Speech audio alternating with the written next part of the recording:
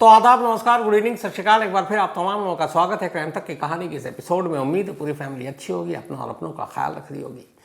जासूसी दुनिया जितनी अच्छी लगती है, जितनी चौंकाती है, जितना थ्रिल पैदा करती है, जासूसों की कहानी, जासूसी की कहानी, उनके ऑपरेशन की कहानी, उसके पीछे में बहुत सारी मुश्किलें भी होती हैं, मेहनत भी होती है, दुख तकलीफ भी होती है। ऐसे बहुत सारे मामले आए जब कोई अगर किसी देश का कोई जासूस किसी दूसरे देश में पकड़ा जाता है या फिर उसका नाम आता है तो खुद वो देश उसको एक्सेप्ट करने से मना कर देता है। ऐसी कई कहानियाँ मैंने आपको सुनाई हैं। यहाँ तक कि जो पाकिस्तान के एक जासूस, जो हमारा इंडिया जासूस था पाकिस्तान में, टाइगर जिसको नाम दिया गया था, उसके साथ भी यही हुआ था। तो ऐसे बहुत सारे किस्से होते हैं जासूसी दुनिया के। अभी हाल में 17 अक्टूबर को अमेरिका के न्यूयॉर्क शहर की एक अदालत में जो कुछ हुआ वो हमारे लिए ठीक नहीं था। मतलब हमारी एजेंसियों के लिए, हमारी जासूसों के लिए, हमारे एजेंट्स के लिए। और उसकी वजह ये थी कि अमेरिका ने बाकायदा एक नाम लिया हमारे एक रॉ के एजेंट का, और FBI ने उसको वांटेड लिस्ट में डाल दिया। और अब वहाँ की कोर्ट उसकी गिरफ्तारी की मांग करेगी। और भारत और अमेरिका के बीच में प्रत्यर्पण संधि है, यानी एक्स्ट्राडिटी है, जिसके तहत हम एक दूसरे देश में जो भी वांटेड है, हम उसको एक दूसरे देश को सौंपने के लिए मजबूर हैं। 1997 में ये प्रत्यर्पण संधि हुआ था अमेरिका और भारत के बीच में।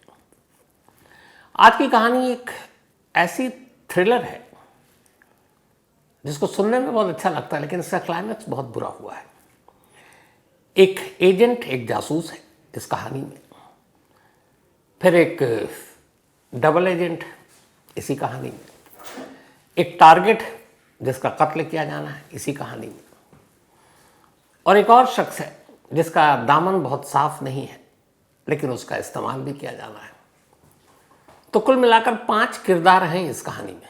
और इन 5 किरदारों में से 3 तो एक तरह से जासूस है, एजेंट है, एक जिसका शिकार करना है, और एक जो एक तरह का तस्कर है क्राइम की दुनिया से जिसका रिश्ता है। अब इन 5 किरदारों में से 3 किरदारों का संबंध ताल्लुक भारत से है, और ये कहानी उन्हीं की है। हालांकि डिटेल में इस कहानी को दूसरे पहलू से आपको मैंने सुनाया, लेकिन 17 अक्टूबर को जो हुआ इसलिए ये कहानी सुना रहा हूँ। हालांकि जिस रॉ एजेंट को लेकर ये सारी बातें कर रहा हूँ, इस रॉ के जो जनक थे, जिनका आइडिया था, जिन्होंने इस रॉ को पैदा किया, research and analysis wing, RN कौ साहब, जिनको इंडियन जेम्स बॉन्ड भी कहा जाता था। बड़ी दिलचस्प कहानी RN कौ साहब की कि कैसे उन्होंने हमारे देश की इस खुफिया एजेंसी को जन्म दिया, उसके बारे में क्या सोचा था, पूरी डिटेल में। RN कौ, क्रिएटर ऑफ रॉ, ये कहानी आप कुकू FM के ऑडियो लर्निंग प्लेटफॉर्म पर सुन सकते हैं। RN कौ, क्रिएटर ऑफ RANW यानी रॉ। अगर आपको भी क्राइम स्टोरीज में खो जाना है तो आपके लिए एक ज़बरदस्त मौका है। रिसेंटली कुकू FM पर कुछ amazing crime audio books I हैं, और यकीन मानिए ये बहुत ही ग्रिपिंग है। चाहे आपको डिटेक्टिव मिस्ट्रीज, ट्रू क्राइम या थ्रिलर पसंद हो, कुकू FM पर सब कुछ मिलता है। अब कुकू FM आपके लिए एक special 14 days free trial subscription लेकर आया है, जहां आपको इसके साथ ही +999 कॉइन्स भी मिलेंगे। लेकिन ध्यान रहे, ये ऑफर सिर्फ पहले 500 लोगों के लिए अवेलेबल है। तो अगर आप इन थ्रिलिंग कहानियों में डूबना चाहते हैं तो देरी मत कीजिए। वीडियो के डिस्क्रिप्शन में दिए गए लिंक पर क्लिक करें, कूपन कोड CMTK10 का यूज करें और आज ही अपना फ्री ट्रायल शुरू करें। आपको 999 फ्री कॉइन्स मिलेंगे। अगर आप बिना मेरे कूपन कोड के अप्लाई करेंगे तो आपको सिर्फ 7 डेज का फ्री ट्रायल मिलेगा। सोचिए, आप 14 दिन जितनी चाहें उतनी क्राइम ऑडियो बुक सुन सकते हैं, वो भी बिल्कुल फ्री। यह आपके कम्यूट, वर्कआउट या फिर एक शांत शाम को और भी एक्साइटिंग बनाने का परफेक्ट तरीका है। लेकिन याद रहे, वक्त तेजी से निकल रहा है, और एक बार जब ये फ्री ट्रायल स्लॉट्स खत्म हो जाएंगे तो फिर ये मौका हाथ से निकल जाएगा। तो इस औसम मौके को मिस न करें। अभी अपना फ्री ट्रायल लें और क्राइम की बेस्ट स्टोरीज सुनना शुरू करें। After 14 days the subscription plan will be activated. New York में यहाँ से जाने के बाद हमारा एक खालिस्तानी जो वांटेड है, खालिस्तानी टेररिस्ट गुरपतवंत सिंह पन्नू, ये अमेरिका में रहने लगा, वहाँ की नागरिकता मिल गई। अब ये था कि वहाँ से रहकर ये खालिस्तान मूवमेंट को जैसे तैसे चला रहा है। भारत सरकार ने, NIA ने इसको वांटेड लिस्ट में डाल रखा है, एक घोषित आतंकवादी बता रखा है। अब अमेरिका में जाकर उसको अमेरिका से भारत लाना तो मुश्किल है, तो फिर एक नए तरीके से एक साजिश बुनी जाती है, वो ये कि पन्नू को अमेरिका में ही मार दिया जाए।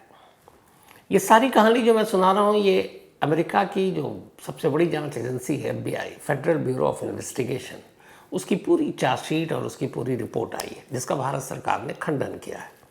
लेकिन ये मामला वहाँ के कोर्ट में गया और कोर्ट की तरफ से ऑर्डर आया, तो उसी के बेस्ड में ये पूरी कहानी है, FBI की चार्जशीट, और अदालत ने जो उसको एक्सेप्ट किया। तो कहानी ये है कि एक शख्स, पन्नू नाम का शख्स, जो भारतीय है लेकिन अमेरिकी नागरिकता उसने ले रखी है, न्यूयॉर्क में रहता है और खालिस्तान और खालिस्तानियों को बढ़ावा देता है। अब वो टारगेट पर है, उसे निपटाना है। तो उसको निपटाने के लिए क्या किया जाए? तो सबसे पहले रॉ के एक एजेंट को ये काम सौंपा जाता है कि तुम, वो एक ऑपरेशन फील्ड में था, नाम विकास यादव, कि तुम इस ऑपरेशन को अंजाम दो। अब विकास यादव पन्नू के बारे में सारी जानकारी इकट्ठा करता है। अब विकास यादव इंडिया में ही है, दिल्ली में ही है, लेकिन अब उसे काम करना है। तभी किसी तरीके से वो एक शख्स तक पहुंचता है जिसका नाम है निखिल गुप्ता।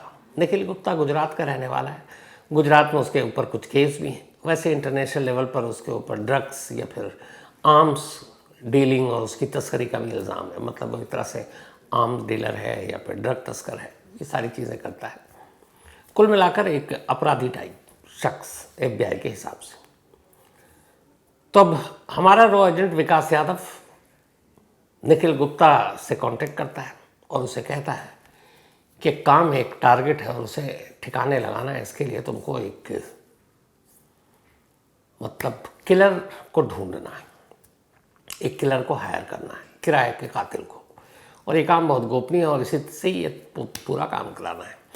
अब ये शुरुआत होती है ये पूरी 6 मई 2023 को, लास्ट ईयर, जब पहली बार विकास यादव निखिल गुप्ता से बात करता है। विकास यादव तो अपना नाम उसको अमानत बताता है, क्योंकि जासूस है, जासूसों के बहुत सारे नाम होते हैं, बहुत सारे पहचान होते हैं। हरियाणा का रहने वाला विकास यादव पहले CRPF में भी रहा। CRPF की एक बटालियन जिसमें 120-25 लोग थे, उसका वो सीनियर कमांडर भी रहा। और फिर वो होम मिनिस्ट्री के तहत आया, जहाँ से उसको रॉ में डिपोटेशन पे भेजा गया और रॉ के लिए काम करा था, रिसर्च एंड एनालिसिस विंग, जो हमारी खुफिया एजेंसी है। तो 2023 6 मई को पहली बार विकास यादव और निखिल गुप्ता में बातचीत होती है और वो उसको अपना नाम बताता है अमानत, और कहता है इसी नाम से ये नंबर और नाम सेव कर लो। अब इसके बाद बातचीत होती है कि एक टारगेट है, उसके लिए किलर ढूंढना है। अब ये सारी चीज़ें की कवायद शुरू होती है। अब निखिल गुप्ता को आगे का काम करना था। निखिल गुप्ता अब आगे का काम शुरू करता है। अब वो ढूंढ रहा है एक सुपारी किलर जो ये काम कर सके। करते करते, तलाश करते करते आखिर वो एक शख्स तक पहुंचता है, निखिल गुप्ता। और इस दौरान में लगातार व्हाट्सएप चैट, कॉलिंग, सब कुछ हो रहा है अपने रॉ एजेंट विकास यादव उधर निखिल गुप्ता के बीच में। अब ये सब होने के बाद एक रोज़ वो बताता है कि एक शख्स मिला है और वो काम करा देगा। उसने वादा किया है कि वो एक किलर को हमको मिलवाएगा किलर से। अब वो जो बंदा जिसने वादा किया, जिस तक निखिल गुप्ता पहुंचा, वो एक अमेरिकी, और ये था कि वो एक क्रिमिनल गैंगस्टर टाइप का है और वही देगा एक सुपारी किलर।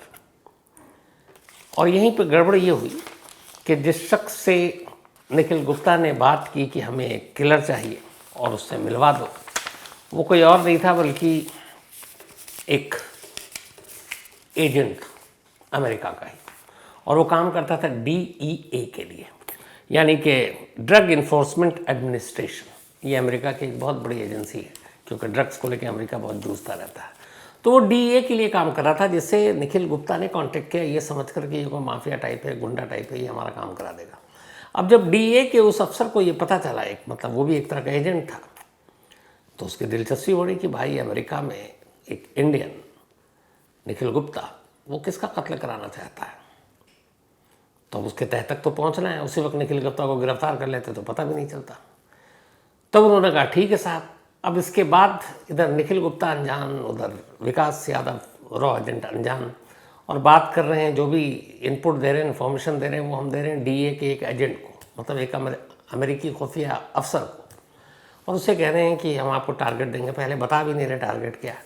धीरे धीरे उसके बाद उसने कहा ठीक है, हम आपको किलर से मिलाते हैं। डीए के उस अंडर कवर एजेंट ने फिर निखिल गुप्ता को एक रोज़ एक शख्स से मिलाया और कहा कि ये है वो किलर, सुपारी किलर या हायर किलर, जो भी आप कह लें, ये तुम्हारा काम करेगा।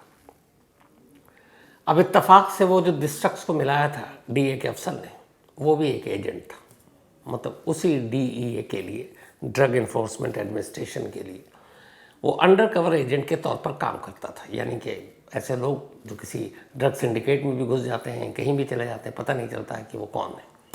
जैसे रॉ के लोग होते हैं, दुनिया की किसी भी खुफिया एजेंसी के लोग होते हैं, कौन कब क्या किस भेस में नहीं मालूम। तो वो भी एक अंडर कवर एजेंट था डीए का, लेकिन निखिल गुप्ता उससे मिल रहा है कि एक किलर है। अब बातचीत होती है तो डील डन होता है $1 लाख में, मतलब इंडियन करेंसी के हिसाब से 85 लाख। तो $1 लाख में डील डन हुआ। उसके बाद अब उसे पहली बार टारगेट दिया गया, तस्वीर दी गई, और वो नाम था गुरवंत सिंह पन्नू, न्यूयॉर्क में ठिकाना। तब उसे कहा गया कि भाई ये है और तुम्हें ये काम करना है। अब इसके बाद वो डीए का अंडर कवर एजेंट लगातार पन्नू की तलाश करता रहा। फिर उसने पन्नू के घर दफ्तर के तमाम फोटोग्राफ्स लिए, ये पता किया कितने बजे घर आता, फिर घर से निकल कर कितने बजे दफ्तर जाता, फिर कहाँ जाता है, ये सारी चीज़ें होने लगी। अब उधर फिर पैसे की मांग की गई कि भाई पहले पैसे दे दो। तो उन्होंने कहा कि देखो, अमेरिका में एक साथ इतने पैसे तो हम दे नहीं सकते, लेकिन हम तुम्हें पैसे देते हैं। फिर एक बार न्यूयॉर्क में, उसी मैनहट्टन एरिया में, जो न्यूयॉर्क का सबसे खूबसूरत इलाका है, वहाँ एक मीटिंग तय होती है, और निखिल गुप्ता और उस डीए के एजेंट अंडर कवर, और वो जाते हैं, एक कार में बैठते हैं, और उससे कार में पेशगी यानी एडवांस के तौर पर निखिल गुप्ता पर $15,000 $15,000 देते हैं कि ये काम करो, और काम होने के बाद 24 घंटे के अंदर तुम्हें सारे पैसे मिल जाएंगे बाकी के। तो $1 लाख में तय हुआ था, $15 लाख एडवांस मिल गए। इधर जो विकास यादव, वो इंडिया में, दिल्ली में। अब ये सब कुछ हो रहा है, डील डन हो गई, अब पैसे भी ले लिए $15,000। अब जब क्लियर हो गया कि इसमें कौन है, उसके बाद ये सारे मैसेजेस चल रहे हैं। निखिल गुप्ता हर चीज़ की जानकारी मैसेज पे, फ़ोन पे, वॉइस कॉल पे विकास यादव को दे रहा दिल्ली में। निखिल गुप्ता वो वाले मैसेज जो विकास यादव भेज रहे हैं वो उस किलर को भेज रहा है, ये सोच कर कि ये किलर है। तो ये सारी इन्फॉर्मेशन, सारे मैसेज, सारे वॉइस कॉल वैसे भी उन्होंने कुछ लगा दिए रिकॉर्डिंग पे। अब वो डीए के लोग यानी अमेरिकी अथॉरिटी सुन रही है, तो सारे सबूत जमा होते गए धीरे धीरे। 15,000 जो कैश दिए उसकी भी तस्वीरें खींच ली चुपचाप से, वो तस्वीरें भी आ गई। तो व्हाट्सएप पे क्या क्या है, पन्नू को कैसे मारना, कब मारना, काम जल्दी करो, ये करो वो करो, छोटे छोटे सबूत जो अमूमन जासूस इतनी बड़ी बड़ी गलती नहीं करते, लेकिन यहाँ हो गई। खुलेआम सारे सबूत अमेरिका के हाथ लग गए। अब जब ये हाथ लग गए तो फिर ये हुआ कि अब पैसे भी दे दिए, कब तक काम करोगे। तो अमेरिका को लगा कि अब सबूत तो सारे हाथ आ चुके हैं कि निखिल गुप्ता और ये वो। इधर जिस दिन पन्नू को मारने के लिए उस किलर को जाना था, उससे एक दिन पहले, मतलब जिस दिन जाना था उस दिन ये एक अनसक्सेसफुल हो गया। होना ही था क्योंकि वो डीए का एजेंट था, मारता थोड़ी जानबूझकर। तो उसके बाद इधर निखिल गुप्ता को लगा कि अब अमेरिका में रहना भी ठीक नहीं है, क्योंकि हो सकता है पन्नू के मर्डर के बाद फंस जाइए। तो वहाँ से निकल कर और वो पहुँच गया रिपब्लिकन चेकोस्लोवाकिया। अब वो वहाँ है, इधर पन्नू को मारा नहीं गया, सबूत सारे आ गए। तो इधर पन्नू का पहला जो अटेम्प्ट था वो जाहिर सी बात है कंप्लीट तो होना नहीं था। अब निखिल गुप्ता अमेरिका से निकल गया और वो पहुँच गया चेक रिपब्लिक। इधर अमेरिका के पास सारे दस्तावेज थे, उसे मालूम था।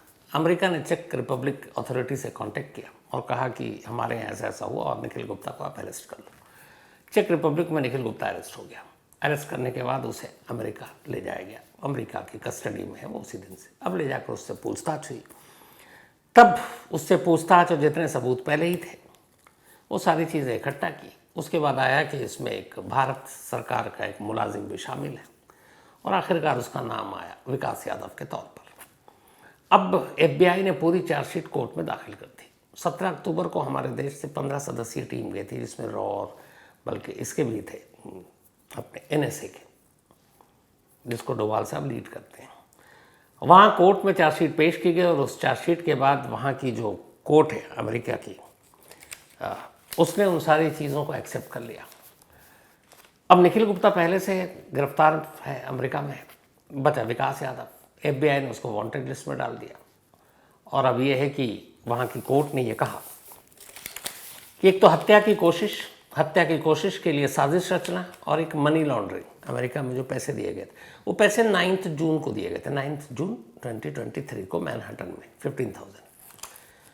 तो अब हत्या की कोशिश के लिए अमेरिका में जो सजा है वो 10 साल है।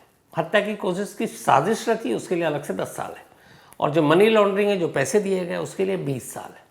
तो यानी तीनों को मिला दे तो 20, 10, 30, 10, 40 साल हो गए।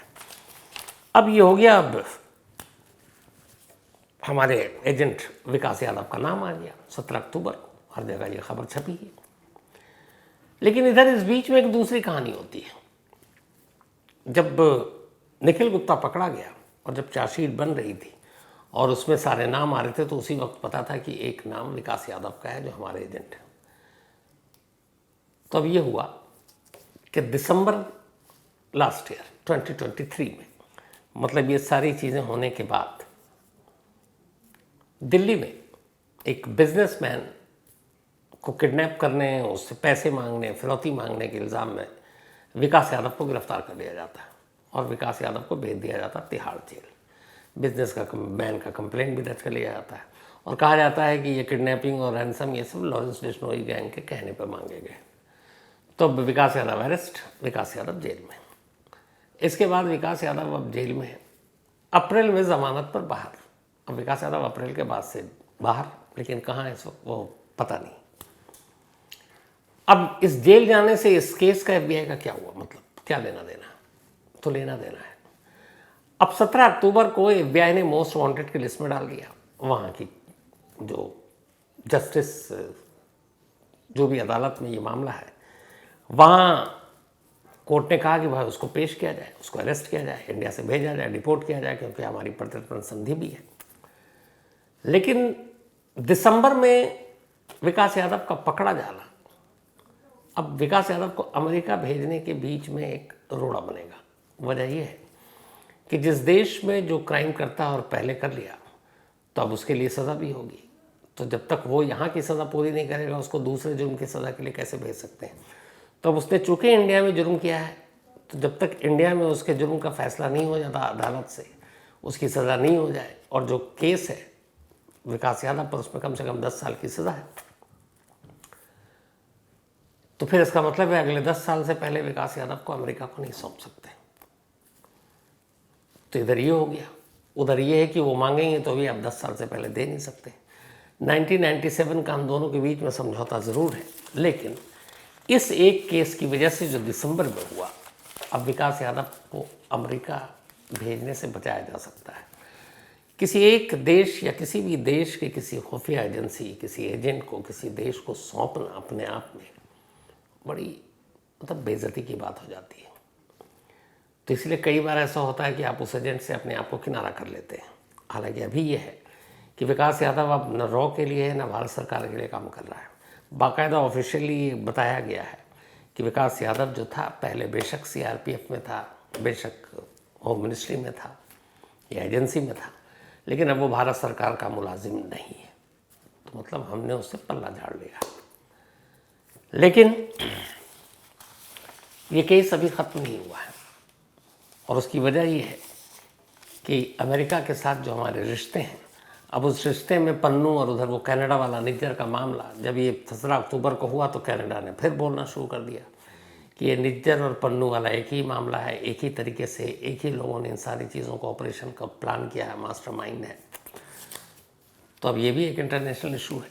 लेकिन कुल मिलाकर इस मामले में जिस तरीके से इस पूरे ऑपरेशन को अंजाम दिया गया, उससे बड़ी मतलब एक तरह से हमारी बदनामी भी हो गई, क्योंकि सबूत सारे दे दिए। जो हम बात कर रहे हैं, जो हम मैसेज कर रहे हैं, जो हम लिख कर दे रहे हैं, और जासूसी की दुनिया में ऐसा होना नहीं चाहिए, और वो सारे सबूत FBI के पास उन्होंने कोर्ट में पेश किए।